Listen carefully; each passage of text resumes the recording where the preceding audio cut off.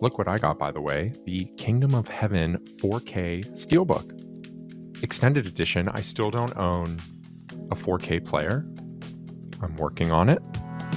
Anyway, the movies. A place to dream, a place to explore how the world could be and see universes beyond our own. Usually an escape, but in the year 2025, notably where so many very good things are happening, why would we need the movies? It seems that's what movie studios were thinking when they were putting together the release slate this summer. Because let me tell you, a good summer for movies, it was not. There were some good gems. I saw 23 new releases and a bunch of re-releases, so thank you for those. We'll get into those. And today I want to recap the 23 new release major motion picture films I saw in movie theaters. I will rank them, I will give you my star rating, and, spoiler alert, I think my top 3 are probably really controversial, and I think only my number 1 I could foresee making it into the top 10 of the year with what is lining up to be a really fun and packed fall festival. But who knows? I would have to do some serious rewatching if I end up needing to pick from this list to pull into my top 10. So whether you have seen all of these movies or you've seen none of them, I hope you stick around. I'm going to do them in 2 halves, so 23 through 13. Then we'll do 12 through 1. I'll talk a little about each movie. If you want to hear more, you can go to my Letterboxd. Although sometimes I do just write silly jokes as my reviews. If you genuinely want deeper thoughts, you are welcome to DM me. And then afterwards, I've put together some awards when I was thinking of how all these movies relate to each other and relate to me. So I hope you will stick around for the first ever Summer Movies 2025 ceremony. So first ever for that specific award ceremony. Maybe the last, probably the last. I'm really happy to have you along. All right, the summer movie season officially started on May 1st, and it kicked off strong with Marvel's Thunderbolts Asterix. Oh, I'm sorry, I read that wrong. The summer movie season officially started on May 1st, and it kicked off with Marvel's Thunderbolts Asterix. In my mind, the season basically wrapped 2 weekends ago when Freakier Friday and Weapons dropped, although one of the films I will talk about very soon is Americana, which dropped this past weekend and was a wide release. So congratulations to that film. Like I said, I saw 23 new release movies since May 1st. I also caught re-releases of Dogma, which is a very exciting story. I'll get into it maybe another time, but I encourage you to research it for yourself. But basically, beloved Harvey Weinstein had his grubby little fingers around the neck of this film for 26 years, and no one was able to watch it. And they finally, the creator, whose name I can't remember right now, apologies, finally was able to get a rights deal. And then he did like a little tour where he went across the country screening the film, and they played it. I know AMCs were playing it. I traveled to my local AMC, which with my luck is currently 40 minutes away. But good news, because there is a second AMC 42 minutes away. So why there are 2 AMCs a mile down the road from each other and then not again for like, I think it's like a 70-mile circumference. I have no fucking idea. Anyway, I saw Dogma, really fun film. I'm really excited for more people to get to see that because I think they're going to find a way to release it at home. I also saw Brokeback Mountain. Spoiler alert, this was my first time seeing such a film. I really enjoyed it. I thought maybe it would be overhyped. I thought it would be too sad. I was like, oh, I don't need to see it. I'm so glad I saw it. It was wonderful. Who would have thought?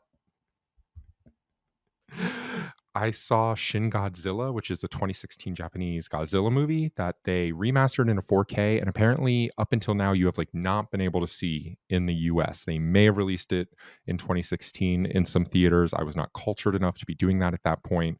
But now you can, unless they've pulled it from theaters already. I had a blast. It is so goddamn good. It is so good. And then Indiana Jones and the Last Crusade, which I think was like what's the one-off event that you have to pay for? Fathom. I think it was a Fathom event. That was fine. And then at home, I watched K-pop Demon Hunters. which was a blast. But I'm not going to be including it in this ranking. I don't think I watched any straight to streaming releases. The reason I wanted to focus on movies that I saw in theaters is because I want to be very clear that when I go to the movies, I am capital G going to the movies. I am going to be getting a snack. I'm going to be getting an $8 giant soda. I am going to enjoy the atmosphere. If I'm going to be stuck in a movie theater, go through 30 minutes of trailers in kind of like a gross seat that may recline, it may heat, it may fall apart at any moment. I want to have a good time. And that's how I choose to consume my media. And you have your ways of consuming yours. I don't think I would have finished a lot of these movies if I had just started watching them at home, even if I had paid like $5.99 to rent them. Maybe in like 6 months when they're on Netflix, I would have streamed them, but I certainly wouldn't have been paying much attention. And I just don't like that to be my movie going experience. I know that I am a functioning human who has the ability to like put my phone in another room, turn my phone off, put my phone next to me and not touch it. That just doesn't happen when I'm consuming films at home. I'll finish up the prologue here. Basically, it wasn't a great summer, but it wasn't also a terrible summer. There was 1 week where in 7 days I saw 3 movies in theaters back to back to back that I really did not like. And that was like a wild streak. I think that was the first week of August, basically. Wow. That was bad. And we'll talk about that in a minute. But then there were some good ones. I have a lot of movies I rated 4 stars or higher. Basically, if you're curious about my star rating system, I'm a dumb American. We don't use stars, except Letterboxd now does, and it's 0 out of 5 stars. Now, I am a firm believer that 0 out of 5 stars is not the same system as 0 out of 10 in terms of like multiplying the numbers. So 3 out of 5 stars is not the same thing as 6 out of 10 stars. The girls that get that, get that. And if you don't, then like that's your prerogative. But then why wouldn't Letterboxd be out of 10 stars? They are different things. I used to basically, if like a movie was great, or like I had a decent time and I got what I was expected. So like competent, I guess would be a good word. I would give it like 3.5 stars. I lowered that to 3 at the beginning of 2024 because I was like, I'm giving too many movies like 3.5, 4 stars. And I was like, I'm much less precious about movies and I try not to intellectualize them as much anymore. I still do. Oh my God, don't kid yourself. I absolutely still do. But I now do so in a way that feels just more fair and how I value my time. And, there will be many films I'll talk about that I gave a low star rating to that initially I would have given a high ranking to. But then as I look into it, as I intellectualize it, I'm like, this wasn't like, no, I don't think this was a valuable experience. So I do take it seriously, but I also like you'll see in my top 3, I think they're like 4.5 star movies, which is pretty strong. If I were to rewatch one of them and I didn't think it was 4.5 stars, I would re-rate it with a lower score. Like, but it's also about the moment that you see it. All right, I'm getting too ahead of yourself. So let's start with the countdown. Number 23 with 2 stars. All right, let's start with the countdown. Number 23, last place with 2 stars, is Americana. I really wanted to love this movie. This is a movie I did actually write a pretty lengthy, serious Letterboxd review about that I encourage you to go check out because it has so much potential. It's like a very weird and intricate plot that you don't just like phone in, but it didn't work. And not even for a long time, I was like, oh, this doesn't work, but like in an admirable way. And then by the end, I was like, this doesn't work. Which is a shame because this film also sat in the can for like 2 years, 3 years. So someone could have gone in with a pair of scissors or like hedge clippers. Number 22, 2 stars as well, Jurassic World Rebirth. Now, to have a Jurassic World movie starring Jonathan Bailey, Mahershala Ali, and Scarlett Johansson as the lowest ranking blockbuster on this list is something I've like had to triple check myself on because that seems ludicrous, but alas, it's true. So this movie was heinous. I feel really bad. I really like Gareth Edwards as a director. I don't know what happened here. I don't have much more to say. It will be, I think, the highest grossing blockbuster of the summer. So congrats to them. But right behind them, following in there, you could say Footsteps. Number 21 with 2.5 stars, The Fantastic Four First Steps. Gave it 2.5 stars because a lot of people do really like this movie. I did not. I love the original two Fantastic Four movies from, the early aughts with Chris Evans. I obviously don't think they're masterpieces, but nothing about this film ever really intrigued me. I went because of course I was going to see it and my dad was actually genuinely excited to see it and I think he enjoyed it for the most part, but I thought it was miscast. I thought it was so boring and it's not I don't even think it's 2 hours. I just it wasn't for me. I'm really glad Julia Garner got that paycheck though and is going viral. Any good news for Julia Garner is good news for me. So congrats to her. Number 20 with 2.5 stars, Eddington. So this is Ari Aster's fourth feature film, and I have never loved any of his movies. I thought Hereditary and Midsommar were strong, but the endings never worked with me. They've grown on me, but the endings didn't do it for me. And then I thought the 3 hour Beau is Afraid. I don't really have anything more to say to that. And then this.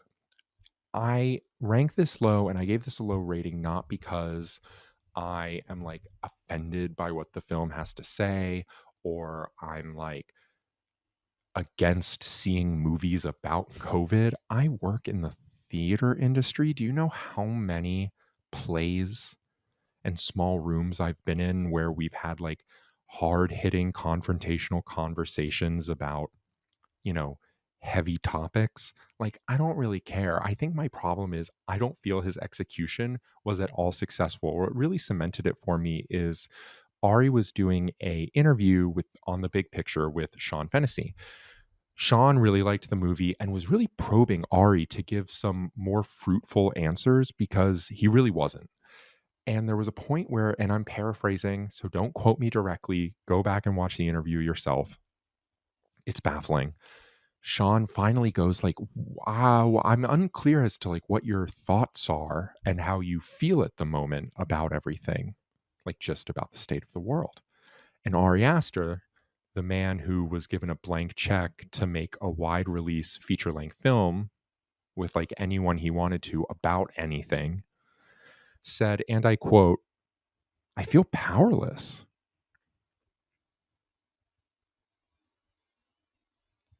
So that is bullshit. Now listen, Eddington didn't have to change the world. Eddington didn't have to rewrite history. Eddington didn't have to shove a finger in your face and go, this is right and this is wrong. But to be an artist and have the ability to create something at such a scale and affect change in so many ways, to do so and then have the movie received mixed reactions and then just be yeah, well, I just feel powerless overall, that doesn't sit right with me. And on top of the fact I was yeah, I just didn't like this movie, I was cool. All right, moving on. Number 18, our first movie, or no, I'm so sorry. How could I forget? They certainly didn't forget. 19th with 2.5 stars, I Know What You Did Last Summer. So this streak, actually in this exact order, Fantastic Four, then a couple days later I saw Eddington, then a couple days later I saw Know What You Did Last Summer. I have no emotional connection to the original I Know What You Did Last Summers. I actually had fun during this movie and I thought it was pretty, structurally sound, although it was the plot didn't make sense. I thought the characters were thin. It just wasn't a great movie. But if I had to sit through one of these movies again, it would be I Know What You Did Last Summer. So I think that's the nicest thing I can say about it. And when you have it available to stream whenever on whatever free service that you already subscribe to, it'll be great wallpaper movie. So that's that. 18, our first movie with 3 stars, Thunderbolts. Asterisk. I know I'm just going to sound like a Marvel hater, and I guess it's because these days I basically am, but at one time I was not. At one time I was not. At one time I dreamed that we could take on capitalism and have movies that make a lot of money and have them be good and for the general public. I love the Avatar movies. I cannot wait for Avatar Fire and Ash. I will be there the first showing I am able to. I don't know if they'll do fan screenings. I don't know if I'll have to see it at like 11 a.m. on a Thursday. Like, I will be there. I love the Avatar movies. Thunderbolts, it was a trauma grief metaphor for anxiety and depression. On one hand, I'm like, hooray, that's great for a Marvel movie to tackle this. I'm like, this is bullshit. And also, no one saw this movie, so it doesn't even matter. They should have at least then had a fun plot and given Julia Louis-Dreyfus something to do. Okay, number 17, Ballerina. This was disappointing. I also gave this 3 stars. Anyone that saw No Time to Die, the James Bond movie from 2021, knows that the 10 minutes that Ana de Armas makes an appearance in the film is by far the best part. I mean, people still talk about it today. She was sensational in that. And it was like a no-brainer that someone would give her a spin-off or her own vehicle to lead something where she has that energy. And then they announced she was doing this, but then they like made her a character that's like completely the opposite of the type of person she is in No Time to Die. It was like really flat. It was really uninteresting overall. I thought her relationship with Keanu Reeves was weird because it was so clear to me. It was so clear to me where they cut and paste him in. Everyone's trying to be like, oh, you can never tell, when it's like very clear in the final like 35-minute action sequence. There are moments where she like runs off screen and then runs to like his hiding spot where like they clearly just like had him come in and film like a year later. It just didn't work for me, and I'm so bummed because I would love Ana de Armas to succeed. Remember when she did like so good in Knives Out and we were all like, this is the next like superstar? Just isn't happening, and it's very frustrating because she's proven she has the talent. Why do they do this?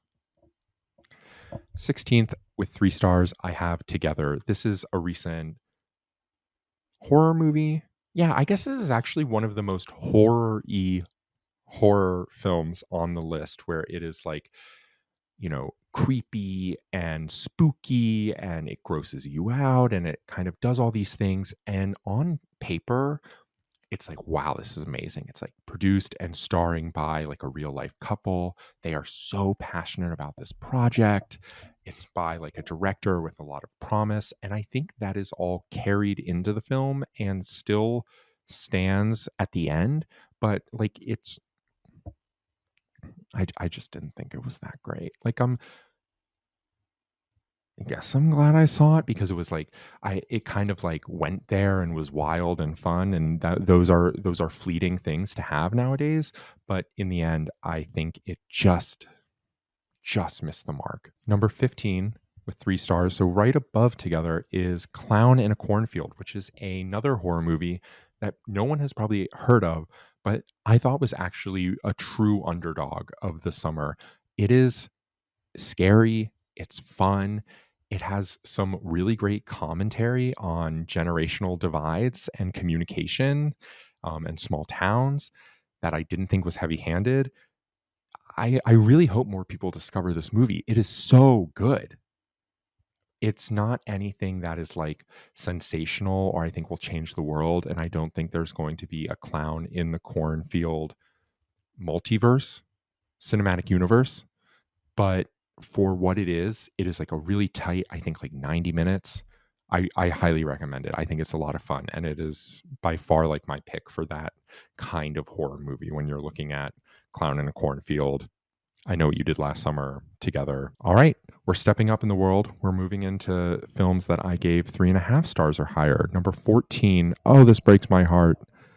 Oh my God, this breaks my heart. 14, Mission Impossible, The Final Reckoning.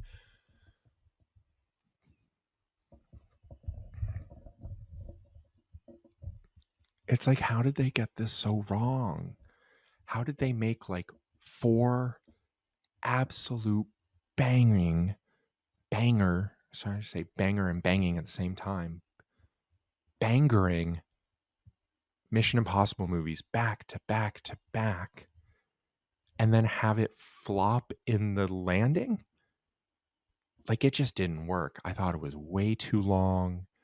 It didn't fulfill on the promises it made in part 1. I like feel so bad for the whole scenario about how they dropped the Dead Reckoning part 1 and part 2 and then like shoehorned this in. It wasn't successful at the box office. I don't think it was that successful critically. So like, even though Tom Cruise was ready to retire this role for like 10 years and then maybe come back to it, he's going to have to pick up the mantle again very soon, because he can't let this be the way his journey with Mission Impossible ends. It was just really disappointing. And then like a couple weeks after I saw it, I forgot that I had seen it, and I was like, man, I can't wait to see Dead Reckoning part 2. And then I realized I had. That was a bummer. Number 13 with 3.5 stars, Dangerous Animals. This is another horror movie. Big summer for horror. Huge. This was great. Even better than Clown in a Cornfield, in a way that it's like a really simple premise, a very tried and tired premise, but it executes it so well. On top of it being so much fun, the time, it really flies by.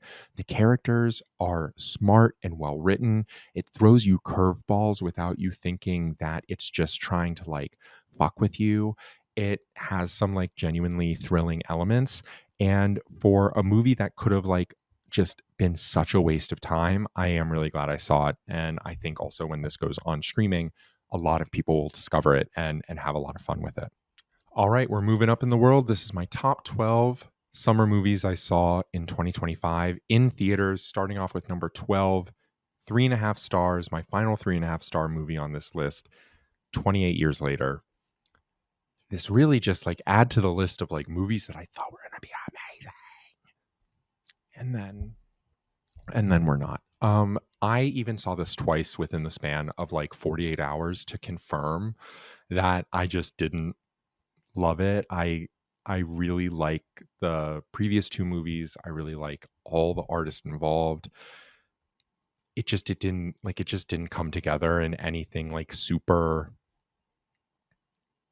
like cathartic for me, which I think is what they were going for, because both times I saw it, the like ending moment with Jodie Comer, I'm trying not to spoil, but like the ending moment, I was like cringing, not at like what was happening on screen, because I thought like what they were telling was like a beautiful story, but the way it just was paced and executed, I was just like, oh my God, this is so frankly silly, which is a shame because it's so tender. But there are people that really like this movie. I'm glad. I have done a lot of research and like, again, intellectualizing on this title. It just wasn't for me. Shockingly, pivot, what was for me, number 11 with 4 stars, our first 4-star movie, the live action remake of How to Train Your Dragon. I cannot believe this was a good movie. I have never seen the original. It came out in 2010, so I was like 16 or 17, and as someone that was like never a huge animated movie guy, I just didn't see it, and then I never had a reason to see it. And I even went to Epic Universe in May, Universal Orlando, and they have a whole How to Train Your Dragon land called Isle of Berk. It is I believe, the biggest and most fleshed out land, and fell in love.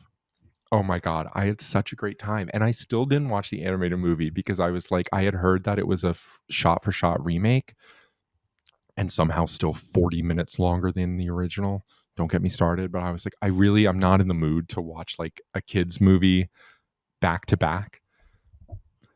And I loved it. I thought it was really well done. I am excited to see the sequel. I think it is admirable that they knew they had to jump on the live action remake train, and they did so in a way that like was uncompromising to the original vision and has set up the How to Train Your Dragon cinematic universe to flourish. And I will see the sequel opening weekend, whereas I waited a couple weeks to get around to see this because I just didn't think I was going to enjoy it, but it was really fun. Breaking into the top 10 with 4 stars is The Naked Gun. Similar to I Know What You Did Last Summer, no emotional connection to the original Naked Gun.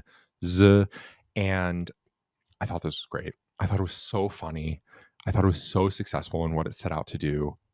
Pamela Anderson, Liam Neeson, like the whole cast was so, game to play. It was short. They had a mission, which was to make you laugh as much as possible, and they really succeeded. I like guffawed a couple of times, especially at the Sex in the City joke. I like a sound escaped my body, and it was funny because like no one else in our theater was very excited, and I was so just like happy with the joy it was providing, the silliness and kind of this like return to form of how we used to go to the movies. I like a lot of the stupid Netflix movies that just like go straight to streamings, the one that have really replaced these comedies and the rom-coms. The Wrong Missy is it The Wrong Missy? Yeah, there's no way it's The Wrong Mindy. The Wrong Missy is like a true guilty pleasure film of mine. I think it's so funny. And like whenever I'm feeling sad, like I'll just turn on the first 30 minutes. I've seen the first 30 minutes of The Wrong Missy on Netflix like 10 times. I really recommend that. And The Naked Gun reminded me of that, though of course The Naked Gun is a far better film, capital F. Number 9, listen, 4 stars to Freakier Friday. I can't believe it. I don't even know if I saw a trailer for this movie outside of like, I don't know, maybe before How to Train Your Dragon they played it. But this is the only nostalgia bait project that like Disney, especially, or basically any studio has announced that I've been 100% behind. Like 2 years ago, when they announced they were doing this, I was like, I will be there. I was like, I don't care if it's bad. I don't care if they bastardize the brand. I don't care like who's in it, who's not in it. I was like, I will be seated for a sequel to Freaky Friday. It is just one of those movies that was a big part of my childhood. I remember having the soundtrack on CD and just playing it over and over and over again. It is like one of the things that is like very ingrained in me that I was willing to give into. And I went in thinking it was going to be like a total, like just like a total flop. And not only did I find it very well made, like well constructed, which is rare for Disney movies sometimes these days, because it didn't feel like it was going to get thrown on Disney Plus. It didn't feel like it was written in one sitting just because someone had a gun to their head, like make a new Freaky Friday. It felt fresh. I laughed so hard, which is like I won't laugh if I don't think something is funny, or if I think a movie is trying to be like exceptionally funny or silly or zany or relevant. Like I don't really give into that a lot, but I really did laugh at this. I thought both actresses did a wonderful job. I'm really happy to see Lindsay Lohan back. I hope she's happy and healthy. And I'm so sorry if you just want to go back to Dubai, but Miss Lohan, I need a Confessions of a Teenage Drama Queen too. Oh my God. She has to do it now. I haven't searched. I'm like not on on that Disney side of the internet, so I don't know if this has been discussed. I need it. And Allison Pill will be there day one. Allison Pill will drop what she's doing to be in that movie. I need it. I need it back. I really would love to see Confessions of a Teenage Drama Queen too. So that was Freakier Friday. What a joyous experience. And then we're kind of just like rolling with the hits where we had all of these movies before that I had worked up excitement to, and then they let me down, and not just like let me down in an unfair way on them because I had given so much excitement, but I really felt like they had the potential to. Whereas number 8 with 4 stars following Freakier Friday is Final Destination Bloodlines.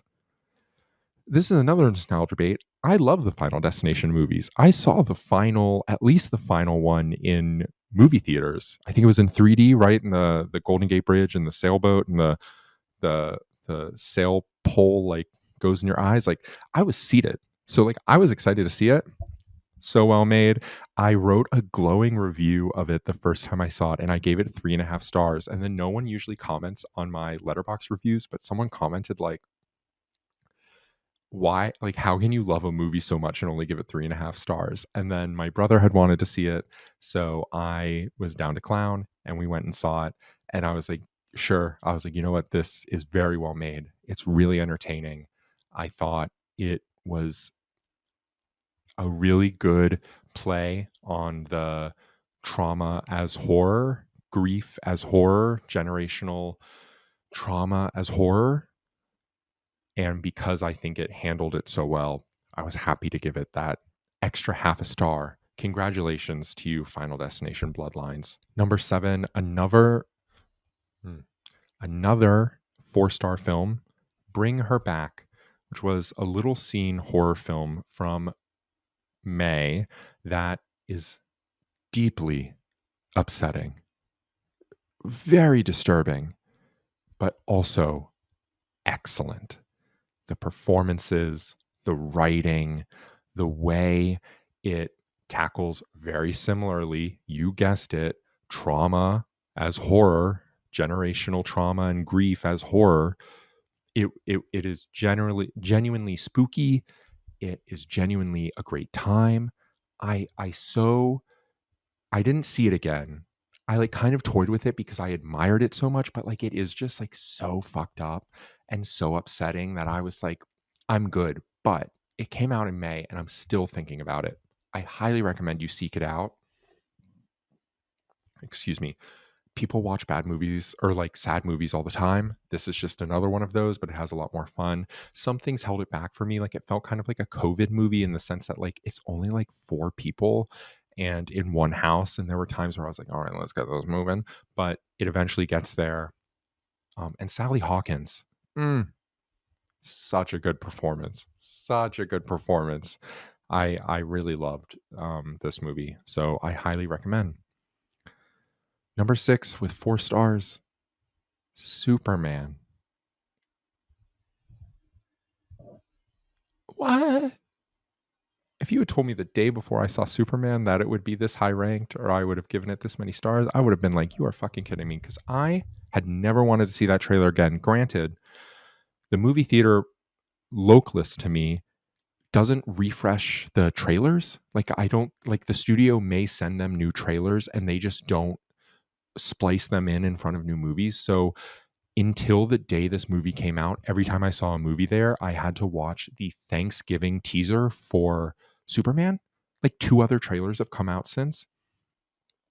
I was so sick of this movie and I just wanted it to be done. Loved it.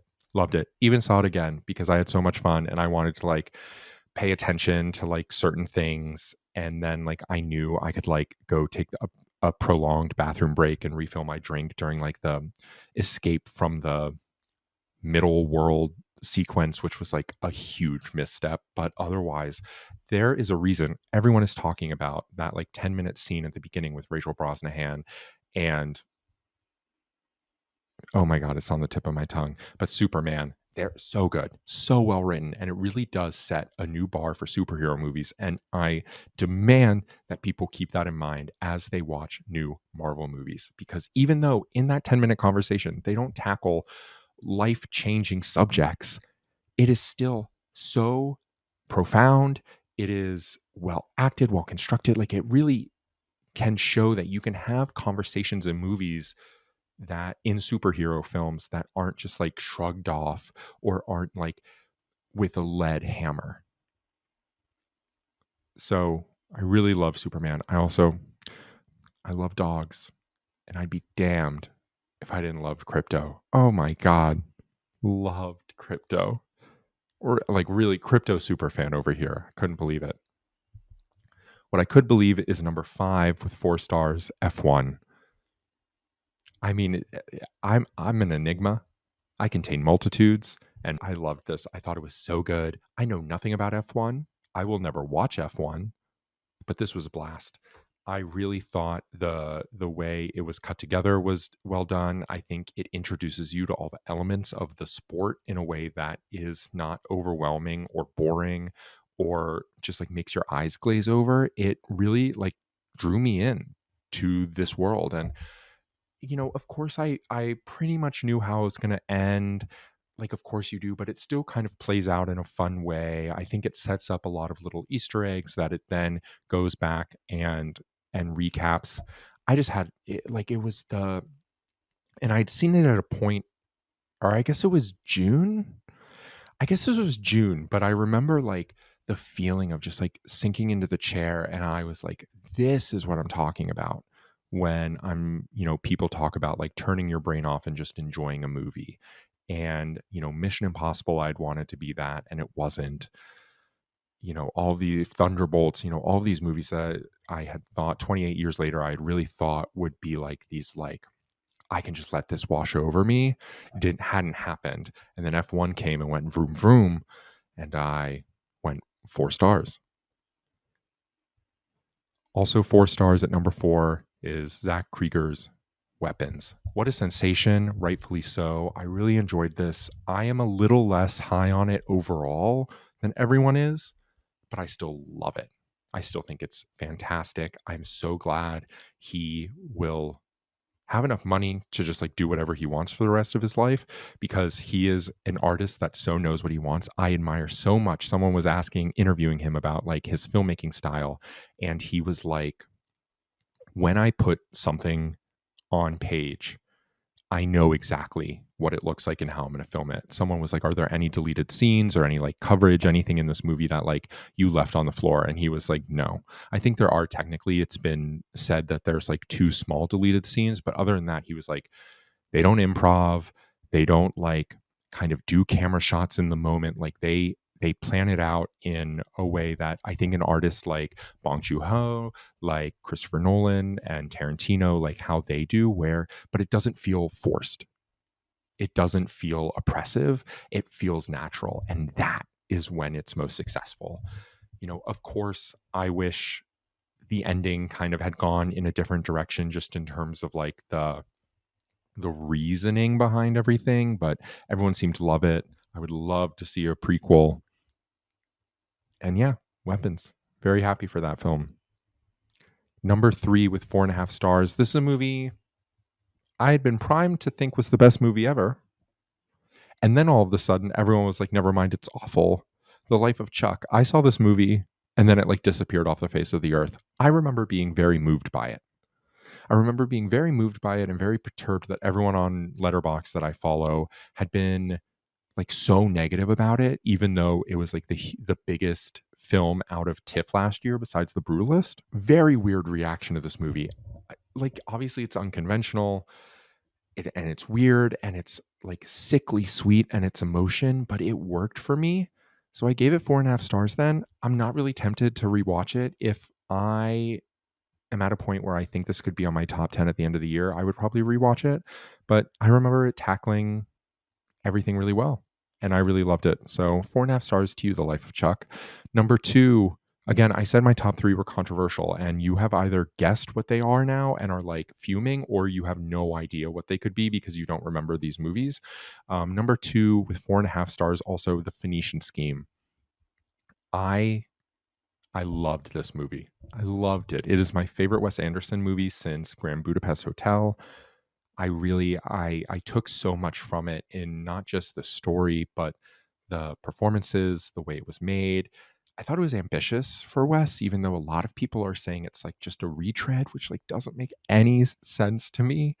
I guess thematically you could say that like Asteroid City is a lot heavier handed than, or is a lot more, has a lot more depth in its story than what Phoenician Scheme is trying to do, but you know, sue me.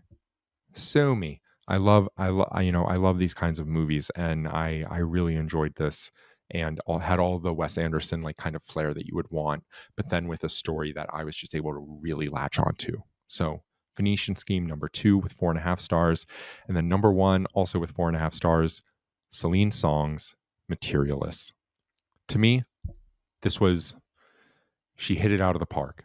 It was a home run. It wasn't as sensational as Past Lives. I don't think any movie could, especially a follow up. I think that's so much pressure. But her decision to scale up and tell a new story instead of just trying to copy paste Past Lives, like this budget was so much bigger.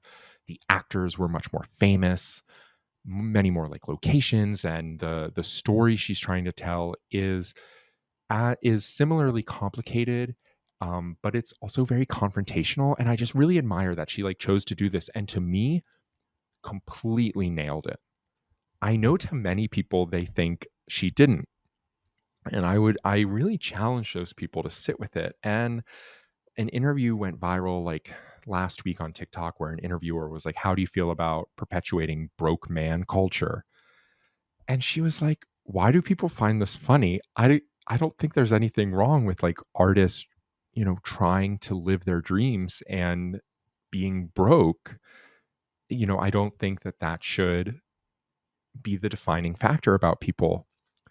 And not only do I agree, but I just think that the themes and the way everything is explored in this movie was very successful to me. Like I said, it is very confrontational, and I'm not someone really like racing to get married or racing to get into a relationship. So for those reasons, I think I'm able to have like a more like bird's eye view of it.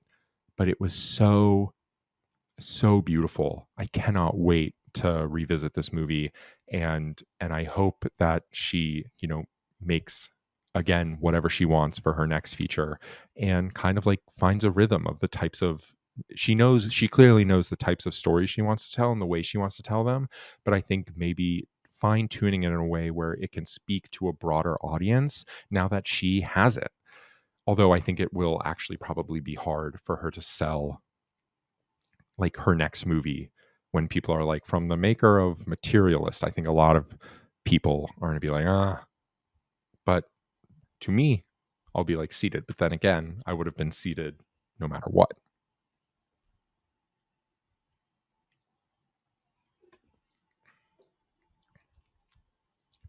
All right, so those are my 23 films of summer 2025 ranked. You can view the whole list on legroomshow.com. I will read you the top 10 just so that you can be interested. I'll start at 10 and go down to number 1. So in 10th, I have The Naked Gun, Freakier Friday, Final Destination Bloodlines, Bring Her Back, Superman, F1, Weapons, The Life of Chuck, The Phoenician Scheme, and Materialist. Now, I know I had been pretty hard on this summer overall at the start of this video, but I do have to say, reading back that top 10, I think is a pretty solid slate of films. I just think the way they all rolled out since May 1st was kind of a nightmare, and the things we got in between were just such a shame. Now, why don't we hand out some awards? Like I said, this is the inaugural Summer 2025 movie awards that I have made up and I think are funny. And you can either end the podcast now, or you can keep watching and let me know who you'd vote for. So we'll get through this pretty quick, right? Category 1. Oh wow, that was actually a good award. The nominees are Freakier Friday, Dangerous Animals, and Clown in a Cornfield. Oh wow, that was actually a good award goes to Dangerous Animals. And I have to say, because out of the 3 movies, it had the most potential to just completely fail and completely be like a terrible movie about a man who kidnaps people and feeds them to sharks. Like that could have been really miserable to sit through. And it wasn't. So congratulations to you, Dangerous Animals, winner of the first ever Oh Wow, That Was Actually Good award. Horrifyingly good horror in a summer of horrifyingly good horror movies. The nominees are Weapons, Bring Her Back, Final Destination Bloodlines, Dangerous Animals, Clown in a Cornfield. Even though I think this may be one of the least scary movies on this list, I do have to award it to Weapons just because of the phenomenon it is. I think it moves the genre forward. I think it moves audience forward in terms of what they are willing to expose themselves to as like a highbrow horror movie that actually isn't. It's just well made. It's just excellent. So congratulations to you, Weapons, on not only all the money you've made at the box office and the career Zach Krieger is guaranteed to have, but on winning this award. Next award. It's been 30 minutes, and I'm scared this movie is not as good as it should be.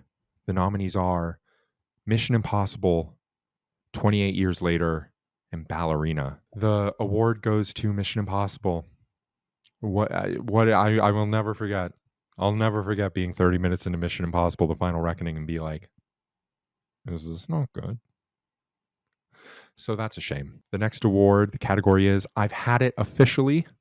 My first time seeing 3 bad movies in a row. It has to be. I didn't go that far through my Letterboxd diary, but I can't remember seeing 3 in theaters, new 2.5 star, 2.5 star, 2.5 star movies. I can't remember it. And again, if you forgot, those nominees are Fantastic Four: First Steps, Eddington, and I Know What You Did Last Summer. Genuinely hard to pick a winner here, because the only one I would like really willingly sit through again is I Know What You Did Last Summer. So I was going to give a tie, but I'm actually going to give the gold to Eddington. I would love to never see that movie again. And not because I'm like a liberal snowflake, just because I thought it was actively bad. Second to last category, They Used to Make Movies award. This goes to movies that were not in theaters or new runs: K-Pop Demon Hunters, Dogma, Brokeback Mountain, Shin Godzilla, Indiana Jones and the Last Crusade. The winner of They Used to Make Movies award is Dogma. If anything, for the story. What a wild story of getting to see this film in the year 2025 after it came out in 1999 and then no one was able to see it. Amazing. And also fantastic, fun film. I'm so happy I'll be able to revisit it and more people will get to discover it if you didn't see it in the re-release. And then finally, I'm happy to close out the night with our biggest award of this. Oh my God, this is so exciting. So the category is You Are All Crazy for Not Liking Materialists award. The nominees are Materialists, and the winner of the You Are All Crazy for Not Liking Materialists goes to Materialist. Congratulations to you, Celine Song and Dakota Johnson. Many claps, many claps, many claps. So that was my summer 2025 in movies. All in all, I had somewhere to go that, pretty regularly. I don't think there was a week where I really didn't have anything new to see. Granted, there were weeks where I had nothing good to see, but I got a lot out of it. I hope you enjoyed this episode. I hope you take a chance on pretty much any of these movies, and I would love to know your thoughts. If you are watching this video on YouTube, please give it a like. I really appreciate it. But to be a 31-year-old on YouTube, humbling. Please press like, subscribe. If you are listening to this, please follow the podcast, and anywhere you can share or comment or engage with it is really appreciated. For Legroom, I'm Jake. Thank you for listening.